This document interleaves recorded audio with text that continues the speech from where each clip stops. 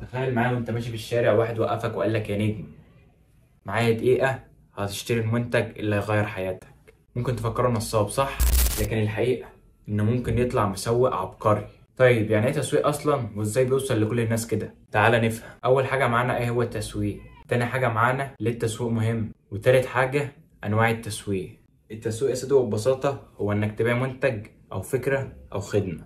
التسويق مش مجرد بيع وخلاص، ده بيبدأ من لحظة انك تبدأ تخطط انك تقنع الشخص اللي قدامك بالمنتج او الفكرة بتاعتك، وانك تقنعه ان هو محتاج الحاجة بتاعتك حتى لو هو مش واخد باله. يعني التسويق مش مجرد اعلان على التلفزيون او حتى بوست على السوشيال ميديا. التسويق ده كل حاجة بتحصل خلف الكواليس عشان توصل الحاجة للشخص المناسب. ده خلينا نروح لسؤال تاني خالص، طب ليه التسويق مهم؟ عايزك تبص وتركز معايا.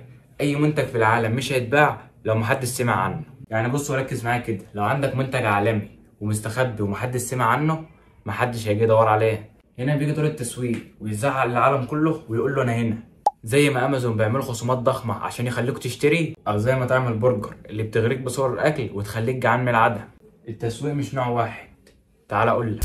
اول نوع معانا التسويق التقليدي، زي الاعلانات على التلفزيون او الراديو اللي كان جدك بيشوفها زمان وهو قاعد بيشرب شاي.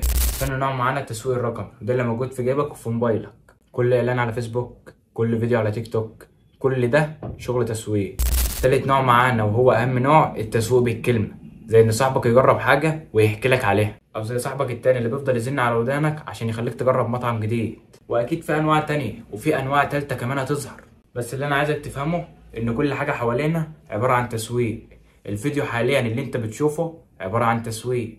حتى لما صاحبك يقول لك يا عم شجع فريق، احنا احسن فريق في العالم، هو كده بيعمل تسويق للفريق بتاعه. خلينا اديلك مثال بسيط. شركة ابل لما بينزلوا موبايل جديد صيغتهم في الاعلان بتكون مش مجرد موبايل، دي تجربة كاملة. فلذلك لما بنشوف شركة ابل بتنزل منتج جديد بتخليه مربوط بالمنتجات التانية بتاعتها عشان يبقى تجربة كاملة مربوطة ببعضها.